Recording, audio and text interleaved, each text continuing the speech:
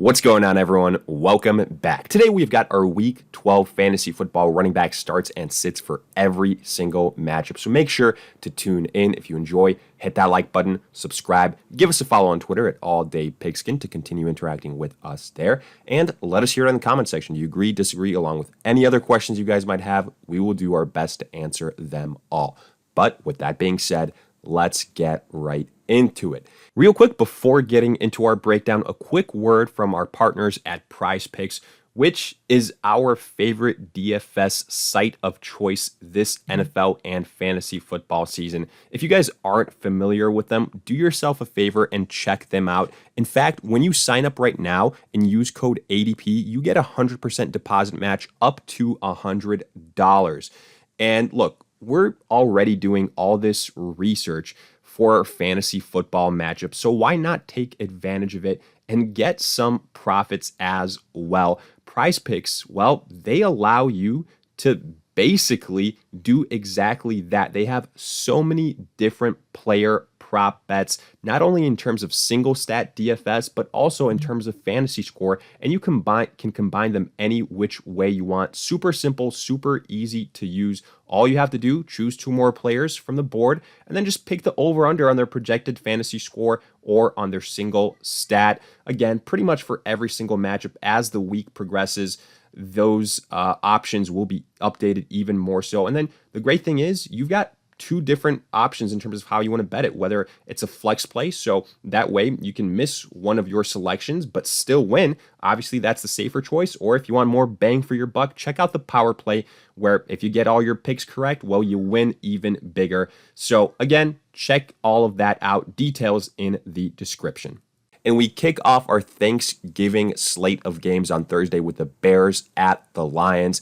And this one is pretty simple here from a fantasy perspective, and I actually think a pretty good option from both sides. For the Bears, David Montgomery, and then for the Lions, obviously DeAndre Swift. So with Chicago right now, the status of Justin Fields is up in the air, so it could be Andy Dalton under center. Even if that's the case, in my opinion, versus a team like the Lions that have an atrocious defense, this is a prime matchup for David Montgomery, regardless of who the quarterback is. I think he can put up RB1 numbers on the day, so I really like Monty this week. And then for the Lions, DeAndre Swift, especially in PPR formats, he has been extremely, extremely reliable. Double-digit type of performances pretty consistently, and I think that will continue here versus the Bears, regardless of who the quarterback is. We saw it this last week. No Jared Goff. DeAndre Swift was still a big factor in that game, and I think that will be the case here versus the Bears. I think, again, in PPR formats, probably a little bit of a lower ceiling compared to Montgomery, just because I think the matchup could be a little bit harder for him, but I would still have confidence in Swift. And then I would be sitting Jamal Williams. I think we've gotten to the point where, the Lions have kind of fully just made Swift the guy, and then Williams has officially become an afterthought. Then Raiders at the Cowboys. Josh Jacobs, I would start, even though he's coming off a disappointing performance. But here's the situation. Josh Jacobs, we've known that he's more so of a standard suited type of running back, even though, this last week he kind of bucked that trend. He's getting slightly more and more involved as a pass catcher, which is nice to see, kind of raises that floor. But the biggest thing for Jacobs, is he's somebody that's very touchdown dependent. That was the case last season. It's the case this season. And it's going to likely be the trend going forward. That's why, he's primarily a low-end RB2 that is touchdown dependent. Now, it's good to see that he gets the volume, which is always nice. The upside is definitely high, but there are consistency issues. For the Cowboys, Ezekiel Elliott coming off a rough game, as is the entire Dallas Cowboys offense. That was hard to watch versus the Chiefs. So much for a high-scoring affair. But I think Zeke will bounce back here versus the Raiders. And, I'm not really worried about him. I think he has a much higher ceiling than Josh Jacobs. I think he has the advantage of having probably the better game script go his way. And then I'm sitting both backups in Kenyon Drake and Tony Pollard. Pollard got some action while Elliott was out of the game this last week. I don't think that's going to be an issue this week. So Pollard is, again, just primarily a handcuff. And then Drake just isn't getting enough usage. So we're going to sit him here. And then our final Thursday game, Alvin Kamara, Mark Ingram, Bills, Saints. These are pretty much the only two running backs you care about in this matchup. That's why I started off with them, because first and foremost, there's some injury issues here.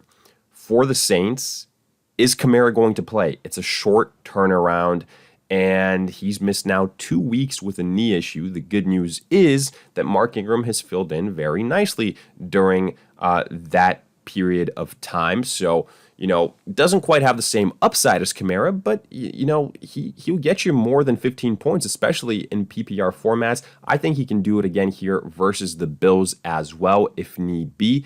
If Kamara plays, then I would sit Ingram.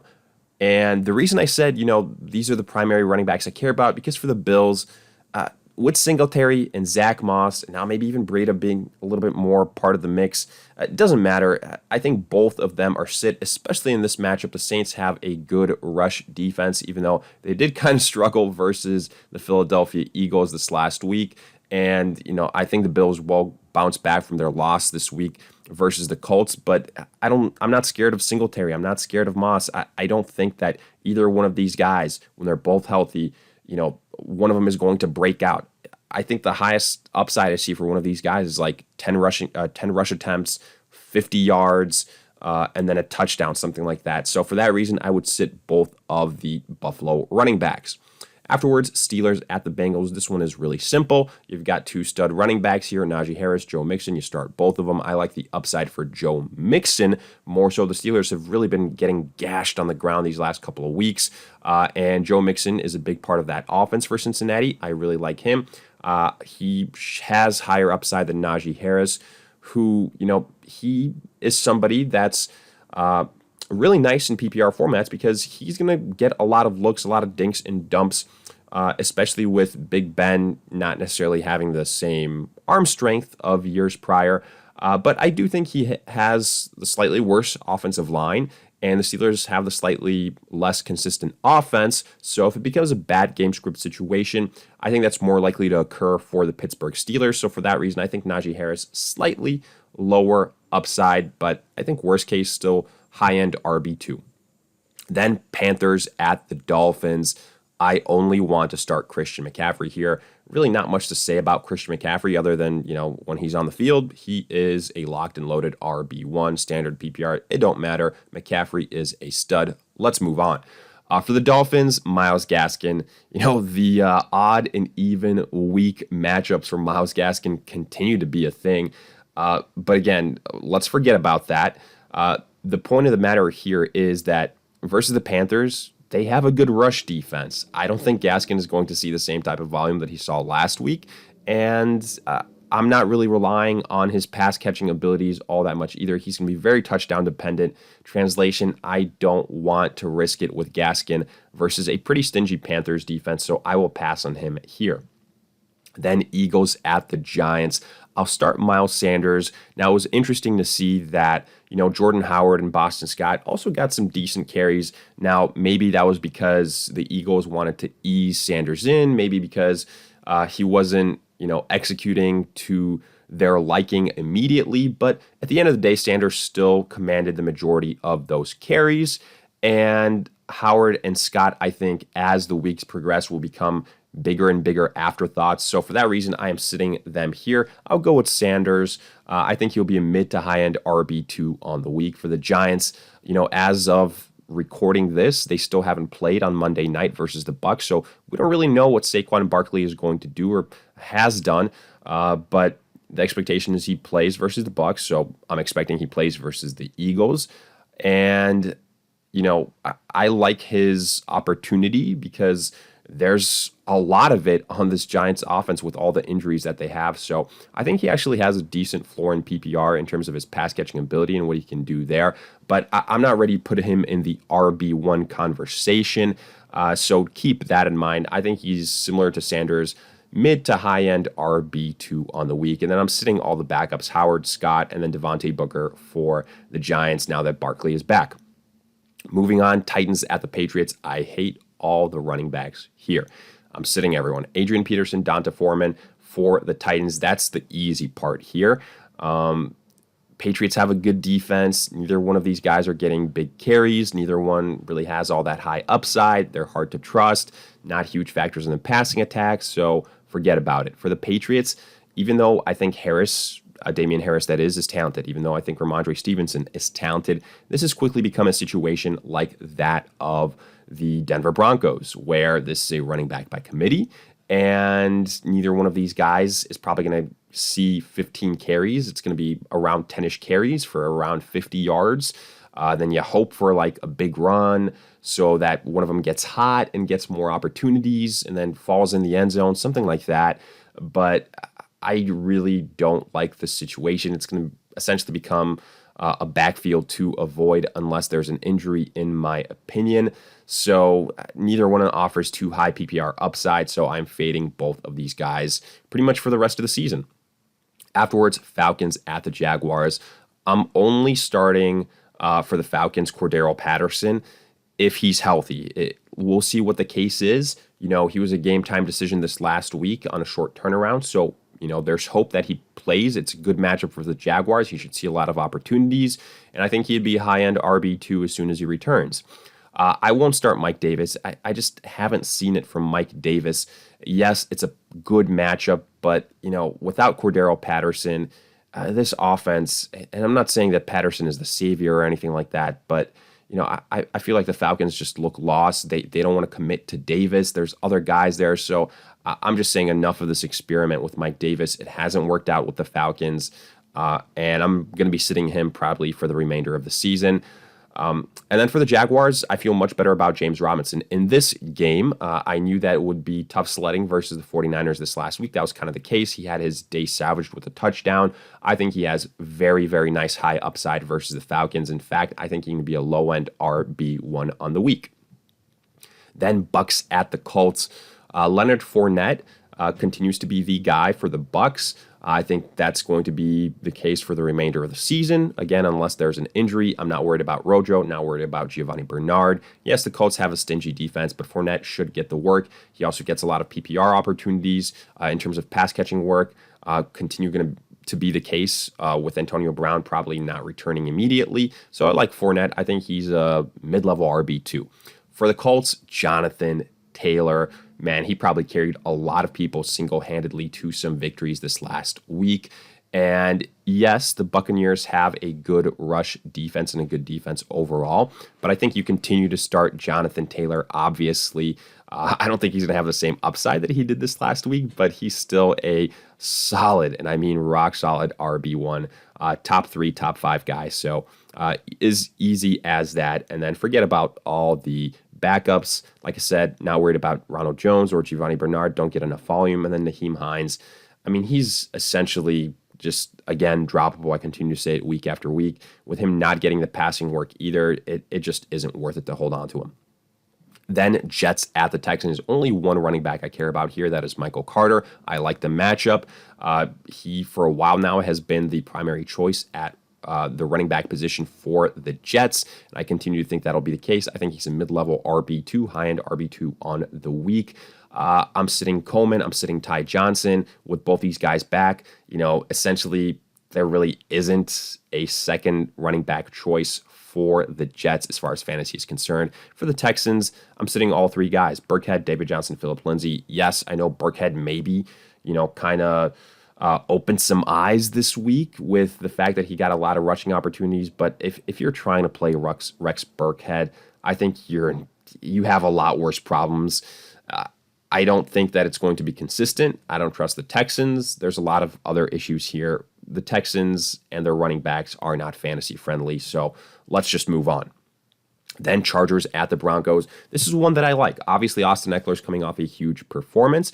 I think versus the Broncos, it'll be a little bit tougher. I don't necessarily expect the same type of success offensively from the Chargers, who have been kind of an up and down team offensively, so keep that in mind. But either way, Eckler, especially in PPR, he is an awesome option, RB1. For the Broncos, normally I would have Gordon and Javonte Williams either both as sits or one of them as a start, the other as a sit. But the Chargers, that rush defense hasn't been all that great this season, and the Broncos I think can keep this game close. So that works in favor for these running backs. I actually think that both these guys have a chance to get at least 10 fantasy points. So in standard formats, I think are not the worst plays on the week.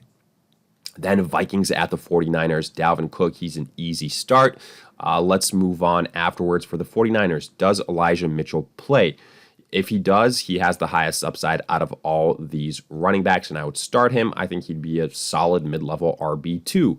If he doesn't play, Jeff Wilson, yes, I know he's coming off a disappointing game, a game where the 49ers scored a lot of points and Trey Sermon got some work even, but that was a situation where, first and foremost, Jimmy Garoppolo missed Jeff Wilson on an absolutely wide open touchdown throw. So Wilson's day could have been a lot better. Let's keep that in mind first and foremost. But, Sermon only got work this last week because I think the 49ers were up comfortably. I don't think that'll be the case here versus the Vikings. So I think Jeff Wilson, if Mitchell doesn't play, is going to kind of see the workload that we anticipated this last week. I think he is going to be a low to mid-level RB2 on the week in that case. Then Rams at the Packers. I like both the starters here, Darrell Henderson and A.J. Dillon. The Rams coming off the bye week. The Packers defense doesn't scare me all that much. I think Henderson is going to get, the opportunities. The Rams, yes, they've kind of been a little bit shaky these last couple of weeks, but Henderson is still somebody that I really, really trust. For the Packers, A.J. Dillon, I don't anticipate Aaron Jones coming back. If he does, okay, great. Then Aaron Jones becomes a start. Dillon becomes a sit. But that Jones MCL injury was expected to, last between 1 and 2 weeks. Wouldn't be shocked if it goes through the bye week. The point being is A.J. Dillon is pretty much a fill-in, just 100% for Aaron Jones. The reason he didn't really get all that much success on the ground this last week is the Packers were playing from behind pretty much all game long, but he got the work as a pass catcher, 6 receptions, so you love to see that in those PPR formats. I think he probably has, the slightly higher upside than Darrell Henderson just because he's more involved as a pass catcher, but both these guys high-end RB2s on the week. Then Browns at the Ravens. Nick Chubb is an easy start, especially these last couple of weeks without Kareem Hunt. Notice I do have Kareem Hunt's name as a potential start here. Potentially might return from his injury. If he does, I don't mind him in PPR formats. I think he can be a low-end RB2. But if he doesn't play, I wouldn't get too cute. I wouldn't start D'Ernest Johnson here. That's been the case for a while. Johnson is only really an option when both Chubb and Hunt are out. For the Ravens, Devonta Freeman. He's been a guy that, has been a pleasant surprise, somebody that you probably picked off of waivers. Now, I'm not saying he is, a guy that you can trust week in and week out and has huge upside. No, that's not the case. But out of the 2 running backs, Freeman and Latavius Murray, who have become the primary rushers for the Ravens, I think Freeman has kind of proved himself these last couple of weeks, took advantage of Murray's absence due to injury. He's more involved in pass catching opportunities. He's getting slightly more rushing opportunities as well. So for that reason, I do prefer Freeman. I think this will be the case for the majority of the season. But still, he's probably still a low-end RB2 on the week. Then Seahawks at Washington. I only want to start Antonio Gibson here. The Seahawks are atrocious defensively, and just offensively, they haven't been able to get it going these last couple of weeks. Pretty concerning. And the running backs without Chris Carson, I was looking at last week as kind of the potential last opportunity for those guys to show up. It hasn't happened. And I'm ready to move on from Collins, from Rashad Penny. So for that reason, I'm sitting both of them here. Simply put, without Chris Carson, it just doesn't seem like it's going to happen. And then I'm also sitting in J.D. McKissic. I don't think this is going to be a game script that favors him. And for that reason, along with his inconsistencies, I mainly trust Gibson, who I think can be a high-end RB2 on the week. But with that, we wrap up our Week 12 fantasy football running back starts and sits for every single matchup. As always, let us hear it in the comment section. Did you agree, disagree, along with any other questions you guys might have? We will do our best to answer them all. If you enjoyed, hit that like button, subscribe, give us a follow on Twitter at AllDayPigskin to continue interacting with us there. In the meantime, we'll see you guys in future videos.